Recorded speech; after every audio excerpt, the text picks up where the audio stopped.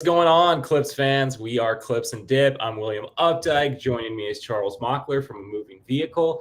We're here to talk about the Clippers' insane win in Dallas to tie up the series against the Mavericks.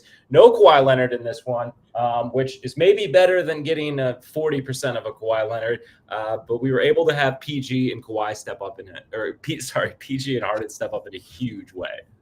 I love what you said. Before we get into the craziness that was almost maybe the most disappointing playoff game for a second for the Clippers, you're totally right. It's way better to have. It's unfortunate, but having Kawhi rest is better than having Kawhi not be functional on the court. Well, and look, we'll get into the actual game and our reactions here in just a sec, but on the Kawhi thing, I mean, I thought the nicest thing, and obviously I'm not saying that the team was better off without Kawhi, but I thought one of the nicest things about them taking game one is they really bought themselves some time for Kawhi Leonard to continue to rest. I wasn't expecting to see him game two. I thought optimistically, they had bought him an extra week of rest time, which, we still don't know what the full timeline is for him to return. If he is able to return, we're still told there's no structural damage, only swelling. But it feels like this is now a setback that maybe wasn't necessary, especially when you're getting the types of games that we were able to get from Paul George and Harden in this one. So Clippers went up big early in this one. A lot went right.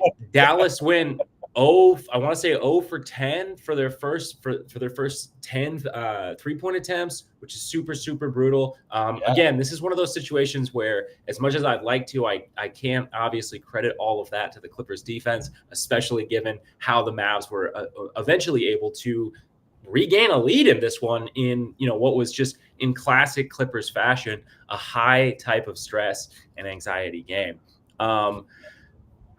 We got Adam joining in right now. Gonna bring him in. Adam, what's going on? The birthday boy. Chevy Silverado with guys. I thought I was gonna be responsible for this. I thought I was gonna have to apologize because on our pregame show in Clippers Rewind, in a segment where we go back in time for a big Clippers victory, guess where we went back to? Their 31-point comeback in 2019 against the Golden State Warriors. And I thought, oh, my God, it's about to happen to them. The Dallas Mavericks were about to tie the biggest playoff comeback in NBA history. I couldn't have it, and apparently neither could Paul George or James Harden. That shot by Paul George, that three, is the biggest shot of the season, one of the biggest shots of his life. He had 26 in the first half, had just 2 points in the second half at that time, and took the toughest shot possible and got it to go. This was a legacy game for him. It was. And he stepped up. James Harden, 15 of his 33 in the fourth. He was shooting 37% from 5 to 9 feet all season long, and he couldn't miss a floater when it mattered. He went on a personal 6-0 floater run, I'm pretty sure, there in the fourth. Yeah. Kyrie Irving couldn't miss a damn shot. He had a perfect 20-point quarter in the second quarter. That has never happened before. He kept it going in the second half. The Clippers withstood it. They played just well enough. The block that Paul George also had on Kyrie on the rearview contest, that was one of the most insane games we'll ever see. And it just proves this Clippers team still has grit, still has heart. They can still do what they've always done. When they're down players, they just find a way. Couldn't be more proud of this victory by this team. Oh, no, I'm not getting the fireworks. The fireworks was for your birthday and for the Clippers. The Paul George first half, him talking shit to the Mavs crowd was fantastic to see. The crowd was on top of the Clippers all game. He didn't back down at all.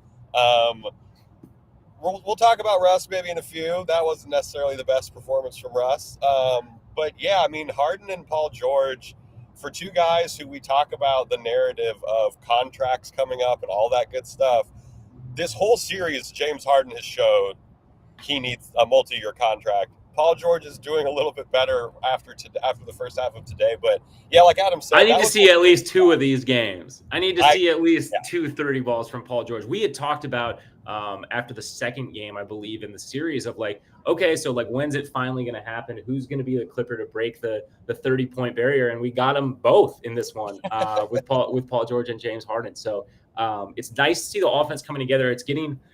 It's starting to resemble again what we saw this team when they were at their apex there right before the All-Star break, which is great to see. We just hadn't. Maybe game one, which I still feel like was maybe a little bit of an outlier just because of how heavily we used Zoo in that game. Yeah. We have not seen what this Clippers offense, which I believe was the 4th ranked offense in the regular season. We have not seen that prior to this game. Yeah, and I think, we talk about how concerned we are with the fouls, right? Like there was some, first of all, the reffing in this game, yet again, absolutely terrible. 2 challenges used in the first again, wasn't there?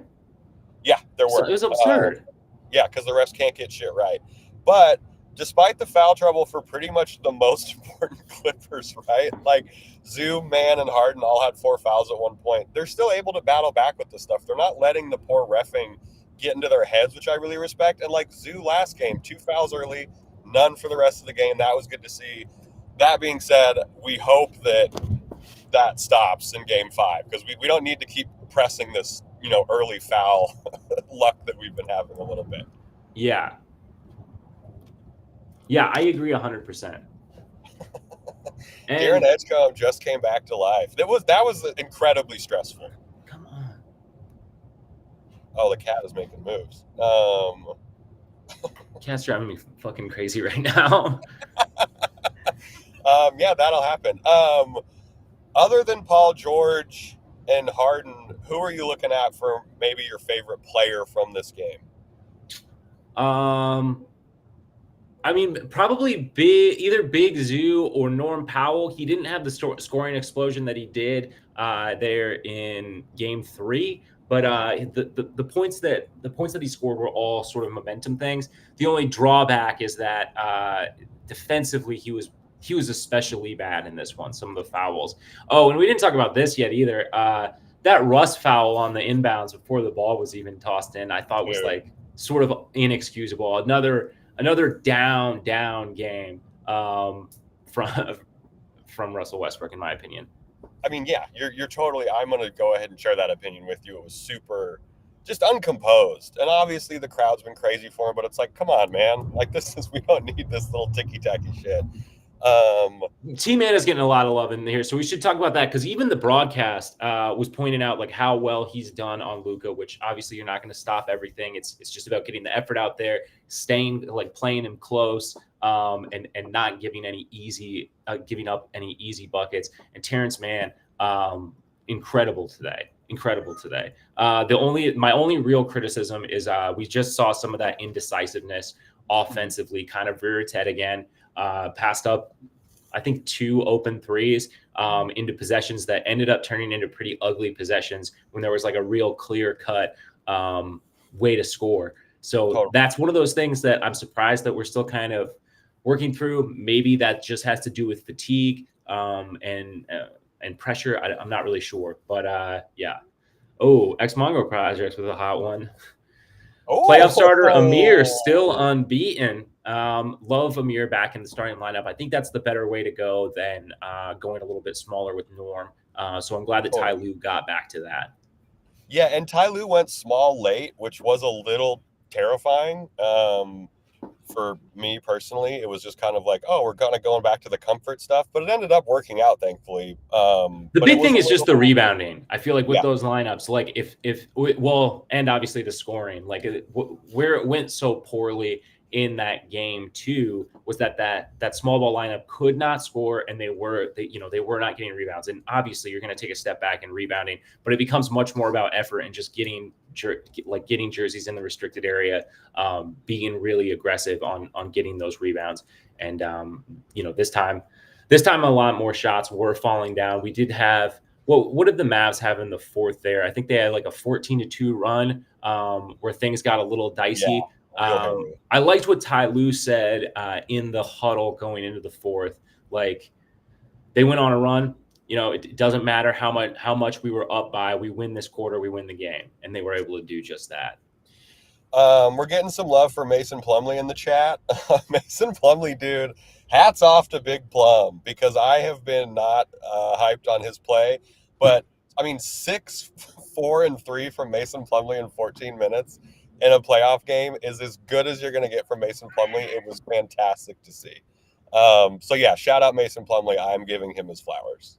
Yeah. Yeah. Well, I mean, you were kind of advocating for Tice. I mean, at this point of the series, like, does anybody else even see the floor? Like, I think we have our 8-man rotation dialed in. We've seen this team enough times. It's just going to be about execution. And look, there's going to be nights where, where Kyrie and Luka go off, and you probably just end up losing those games. I don't think that there's like some curveball that we can throw out from a rotational perspective that's like, oh wow, this is going to swing the series. At least I'm not seeing that right now. Yeah, someone mentioned in the chat they're a little worried about the legs with the 8-man rotation, which I think is a little fair. I think that was sort of what we saw happen in the third quarter in this one. It felt like the team, an older team, was kind of on their last leg, and they were, it was unclear if they were going to be able to stay ahead or get back over the hump once the Mavs were able to carve out a lead for themselves.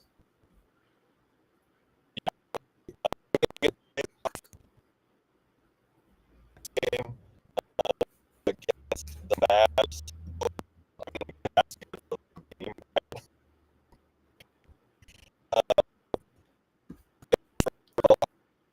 Hold on one sec. You're cutting out. You're cutting in and out. So I'm gonna kick you out and bring you back in. Sorry about the little freeze up there. I'm gonna try and bring Charles back in. Let's see if it works now. Yes, we got you now. No, we don't have you anymore.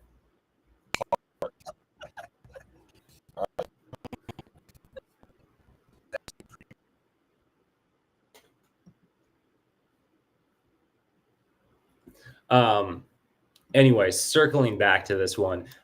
So looking ahead to game 4 back in LA, I'm really hoping that we can carve out like the sort of home crowd advantage that Dallas had. I thought that was one of the most impressive things watching this game.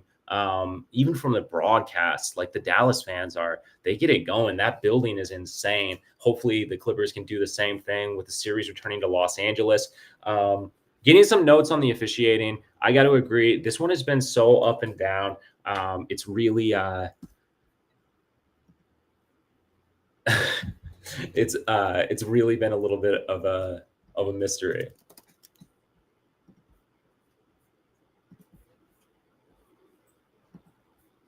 Let's see if Charles is back here. 8 floater system. I love that.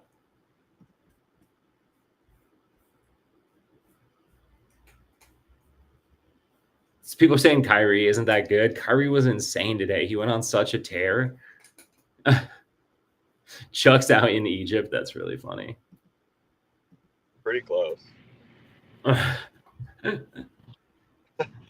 I was in what is it? Ocean Beach, which is basically Egypt. Beach, baby. Ocean Beach? Yeah, beautiful Ocean Beach right near San Diego. Wow. People were saying that Kyrie wasn't good. Were they watching the game? He had 40 points. Yeah, I've just seen that. Yeah, I think that Kyrie, Luka did not have a great game last game. I mean, not that Kyrie's was like necessarily exceptional, but Kyrie has been huge for them in this series. And I mean, when he gets on a tear like that, it was just impossible to stop him. I mean, it's like everyone else is playing in slow motion around him, and he can pull up from anywhere. Just a terrifying player. Is this the second time he's gone perfect in a second quarter? Or perfect in a quarter this series? I'm not positive. He had 20 in, I think it was game 1. Do we credit the defense more for kind of locking up? I put this in quotes because Luka still had a 29-point triple-double. But Luka's still having to work for this shit. It's not easy. Yeah, I mean, it's annoying. That's all you can do. There's not a stopper. There's just an irritant, I think, with both of these players. You're not like shutting either one of them down. It's just about making them work as hard as you possibly can. And then I thought they did a little bit better job to attacking them on the defensive end in this one, which I think we've seen go up and down, and it's one of those things that's like easier said than done, right? Like I talked about it coming into this series. That's sort of like the obvious weak point, but two things have been happening. Obviously the Mavs defensively are schemed to keep Luka and Kyrie out of those heavy actions with a star player on the Clippers. And the other thing that I was not expecting is Luka has been pretty damn good defensively at times in this one. So that plan kind of all goes to shit in terms of like wearing them out and then letting them do their thing on the offensive end. Rough game for the a rough game for the role players in this one. Their bench combined for just 13 points, whereas we had 22, I believe, off the bench. So that was a big one. And then the turnovers, really, the inverse of the Clippers turnovers happened this game for the Mavericks, and that'll take you out of one quick. 7 turnovers from Kyrie is absolutely brutal. I know we just mentioned the 40 points, but 7 turnovers is that's a heavy number to have over your head for that. Maxi Kleba not being effective in this one. Salute to Ty Lue for being able to counter that, because Kleba was starting to look like that was going to be the role player that makes shit really annoying for the Clippers in the long term. Agreed. Speaking of the role players, Logan Rapp says we still have not gotten a Norm game. Need that to happen. I agree. There hasn't been one where he's looked super great. I don't know. This just might not be his series, though. I think you're right. They've done a really and they've done a really good job covering him. He's had to work for a lot of looks, and then they've punished us for having him on the floor, like on the defensive end. He had those 3 fouls in such quick succession that the Mavs were in the bonus early on in that third quarter. Yeah, I don't think it's this series either. They've obviously game planned for him super well. Hats off to Jason Kidd for figuring that out. But Logan's right. I can't wait to watch him walk into 20, because he can do that. He can have the 20-point half out of nowhere. People are saying Zoo needs more touches. He had 11 field goal attempts in this one. I actually thought it was pretty well balanced. Yeah, he was getting a bad whistle too. He was kind of defending in an odd way, but also the perfect storm of weird defense and a bad whistle, which is how you get shitty fouls usually. Yeah, I agree. Whew, man, I don't know if I'm stressed from that game, but that is one of the more tense, incredible Clippers playoff games to have listened and watched to. I can't believe they got the win. I'm so happy it's tied up. Yeah. We're getting, I think this is a Mavs fan, some Jason Kidd hate in the chat, which I'm always going to highlight. Kidd is such a bad coach. I've been impressed, actually, the way that he did counter from game 1 to game 2, and then he has really executed their game plan really well. And like I said, he does have these guys at least putting in maximum effort defensively for the Mavs. Like that, we talked about which of these teams' sample sizes was more real. You have the Clippers leading into the All-Star break. You have the Mavs, everything post-All-Star break, where they were an elite defense and an elite offense. And I would say, obviously, the truth lies somewhere in the middle. But they defensively are very impressive to me and have impressed me in this series. Yeah, they have the pieces you mentioned, right? Like they made the right moves at the trade deadline. They got Washington in. They got Gafford in. Gafford only 18 minutes today, I think, is pretty telling of how well the Clippers were able to play too. After how aggressive, you mentioned, Kidd's been able to get him bought in on defense. He had him bought in for game 3 to start too. That looked like, and then today it looked a little more not normal, but like what I guess we expected game 1 after Zoo was playing well against him. Man, there's somebody in the there's somebody in the comments right now doing all quote stuff. Hey, Salmon's Chilliter, you're going in timeout. X Mongo Project wants to know Scott Foster game next game. Most likely. It was Tony Brothers today. Yeah, I bet we get Scott Foster on Wednesday, which is going to be a nightmare. AJ wants to know, can we spam Harden floaters all the way to the finals? If he has the legs for it, I would love to see it. Again, James Harden has been the most consistent throughout this series offensively for the Clippers. He's been really, really good, and we have needed every ounce of it, every bit of it from him. So, yeah, it was. He's been incredible. He's been incredible. There was the Robert Flom tweet yesterday that was like, in an incredible turn of events, James Harden is totally showing up for the playoff series while the Clippers don't. And for that game, obviously that was before today. That was incredibly too. James Harden, again, has proven that he needs a multi-year contract. What that price is, we don't really know. But yeah, Harden in the first round, he's great in the first round. He's never not gotten out of the first round in his career. So we're getting normal first-round Harden, which is very, very good, James Harden. Yeah. Keep him fresh. Keep him going. So do you think we're just running it back? My assumption is for Game 5, we're going to see the exact same starters from the Clippers, and hopefully do the same sort of similar size mismatch, and it's just going to be a matter of like who's going to have the hot hand. Yeah, I'm wondering if Russ doesn't figure anything out. I wonder if we see a couple Bones minutes or something random. But Plumlee's played well. I think we stick with the 8. I don't know if Ty Lue wants to. I think you mentioned this when Kawhi came back, but I think it's true now too. Expanding the rotation feels even harder now because you're adding a guy who hasn't played at all really into a playoff scenario. You know what I'm saying? So like adding Tyson or something like that feels really difficult for a team that is playing so well without Kawhi Leonard. And I don't mean it like that. You know what I mean? But like they're fighting right now. And when a group is fighting like this, I don't know if you want to expand the rotation.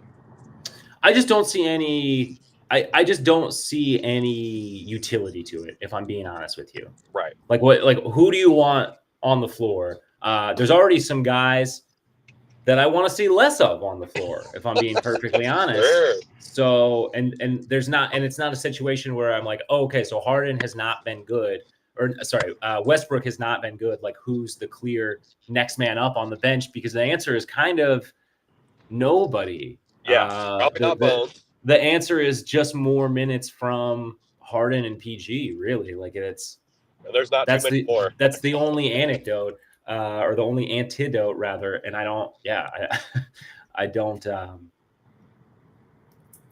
see it working. You know, Adam was kind of bully on a potential PJ Tucker sighting in this.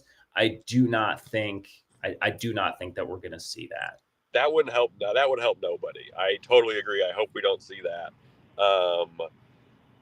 He makes more sense if they had somebody in there like playing bully ball. Like if they had, if they were Kawhi, if they had Kawhi to do mid-range shit. If they had Kawhi, or if or if the Mavs had a center like Ivica Zubac and they like heavily featured him sort of down low, and you need that sort of big body, a guy that you're not really scared of him picking up 6 fouls. But in this matchup, just due to like the versatility that the Mavs have, and like the speed and the attack from Luka and Kyrie, like I just don't really see where he could sit on the floor, because I think if you get the switch on PJ, which you're spamming every time, I would think if you're the Mavs, like that is, unless you're going into like some sort of slow post up where you're just trying to back him down. I mean, he's getting blown by every single time. I don't really see him being, I don't really see him having utility in this series. Yeah, and I think in that sense, kind of what you're saying, because him and Tice are kind of the same size. So Tice theoretically has more utility because he will let it fly. But again, like you mentioned, it's a weird thing to add right now with how well the team's playing. Yeah, agreed. So who do you want to see have a big Game 5? Big Game 5? Let's go back to Zoo. The guys are going to be tired. Let's feed Zoo. Let's get some easy buckets to start. Like, get Zoo on the 16 and 13 path. And I really like how the Clippers look, because that also means Harden's probably touching the paint. Yeah, definitely. What about you? Love that. I want to see Paul George have 2 consecutive 30-point games in a playoff series. How about that? I'm right there with you. How about that? Yeah. All right. So before we get out of here, let's talk about the Westbrook thing. Obviously, we're getting some comments in here. Terrible foul for him to have committed with 17 seconds left on the clock. Just not very composed. We all know what happened in Game 3. That's going to be one of those tough things to shake. It looks even like that would look even worse if we hadn't got the win today. You know what I mean? Like that ejection and the way that he got the entire Dallas crowd and the Mavericks riled up would look a lot worse if we lose today. I mean, hell, if we lost today and like on that after that foul at 17 seconds, I would be absolutely livid. I would be losing my mind. I was about ready to crash the car into the ocean if we were going to lose after that foul from Russell Westbrook. Maybe he just needs some time to get out of Dallas. Maybe it's just get back to LA, chill out for 3 days, get some normal practice run. Now that we also know for sure that Kawhi's not coming back, like maybe that helps just. I think that's good. Like a little bit, like there's less uncertainty. Yeah. So I'm hoping, but yeah, the defense has been good, but the offense was just so bad. So yeah, let's hope it's tightened up. Yeah. Let's hope it's tightened up. All right. Do you have any closing thoughts before we get out of here? I gotta go do some actual non-Clippers related work. So no worries at all. Have to cut this one short. Happy birthday to Adam. He's not here. Thank you guys for taking care of that live stream the other day. What a stressful game. Here's to another stressful game on Wednesday. Let's hope the Clips come out on top again. Yeah, let's go Clips. Thank you everybody for tuning in. If you didn't know, you can subscribe to this YouTube channel over at youtube.com/@ClippersPodcast. You can listen to us wherever you get your podcasts. And hey, thanks for tuning in. We appreciate it. And